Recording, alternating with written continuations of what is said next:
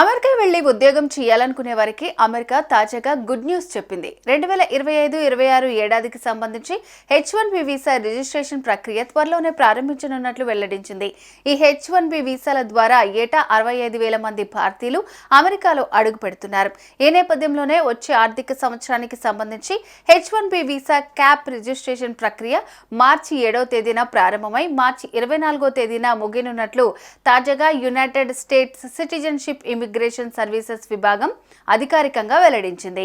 H1B visa registration ప్రక్రియ మార్చి 7వ తేదీన ఉదయం 10:30 ప్రారంభమై మార్చి 24వ తేదీన రాత్రి 10:30 ముగుస్తుందని USCIS తెలిపింది. భారత్, చైనా సహా పలు దేశాలకు చెందిన స్కిల్డ్ ఎంప్లాయీస్ ను నియమించుకునేందుకు అమెరికన్ టెక్ కంపెనీలు ఈ H1B వీసాల ద్వారా ఉద్యోగాలు కల్పిస్తాయి. ఇక ఈ H1B వీసా రిజిస్ట్రేషన్ ఫీజు ఈసారి భారీగా పెంచారు.